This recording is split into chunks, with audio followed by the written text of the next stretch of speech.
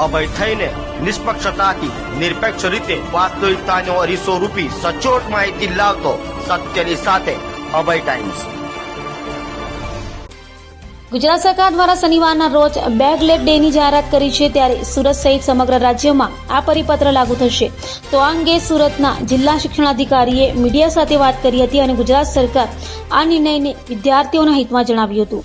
ગુજરાત સરકાર દ્વારા 1 જુલાઈથી હવે દર શનિવારે 1 થી 8ના વિદ્યાર્થીઓ માટે બેગલેસ ડે અને જોયફુલ સેટરડેની ઉજવણી કરવા પરિપત્ર જાહેર કર્યો છે, જેને લઈ 8 જુલાઈ માસથી જ સુરત સહિત ગુજરાતની તમામ શાળાઓમાં આ નિયમ લાગુ થશે। વિદ્યાર્થીઓને માનસિક સ્વાસ્થ્ય સુધારવા અને ભાર વગરનું ભણતર આપવાના આશય સાથે ગુજરાત સરકારે વિદ્યાર્થીઓના હિતમાં નિર્ણય કર્યો હોવાનું સુરત જિલ્લા શિક્ષણાધિકારી ડોક્ટર ભગીરથસિંહ પરમારે જણાવ્યું હતું।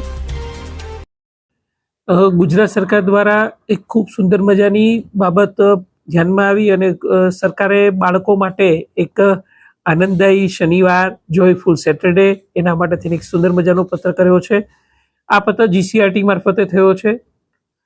હાલ ગુજરાતની તમામ શાળાઓ માટે છે, પરંતુ અત્યારે હાલ સુરતની તમામ સરકારી ગ્રાન્ટેડ અને સેલ્ફ ફાઇનાન્સ ધોરણ 1 થી 8ની તમામ શાળાઓને આ પરિપત્ર લાગુ પડશે, જેની અંદર બાળકોને જુલાઈ માસથી દર શનિવારના રોજ વિદ્યાર્થીઓને બેગલેસ ડે આ ઉપરાંત જોયફુલ સેટરડે માટે થઈ અને સરકારે પત્ર કર્યો છે। 8 શનિવાર જે છે એ જોયફુલ સેટરડે તરીકે ઉજવવાના છે અને 4 સેટરડે જે છે એટલે 4 શનિવાર વિદ્યાર્થીઓને બેગલેસ ડે તરીકે ઉજવવાના છે, જેની અંદર વિદ્યાર્થીઓને નિત નવી આવી પ્રવૃત્તિઓ કરાવવાની છે। વિદ્યાર્થીઓને શિક્ષણના ભારણથી ભાર ઘટાડવા માટે થઈને વિદ્યાર્થીઓ વિષયના વાડામાંથી બહાર નીકળી અને સારામાં સારું શિક્ષણ મેળવી શકે, મુલાકાતો લેવડાવવાની છે। ચિત્રકામ, સંગીત આવી સુંદર મજાની પ્રવૃત્તિઓ બાળકને કરાવી અને બાળકોનું માનસિક સ્વાસ્થ્ય સુધારવા માટેની પ્રવૃત્તિઓ કરાવવા માટેની વાત કરવામાં આવી છે।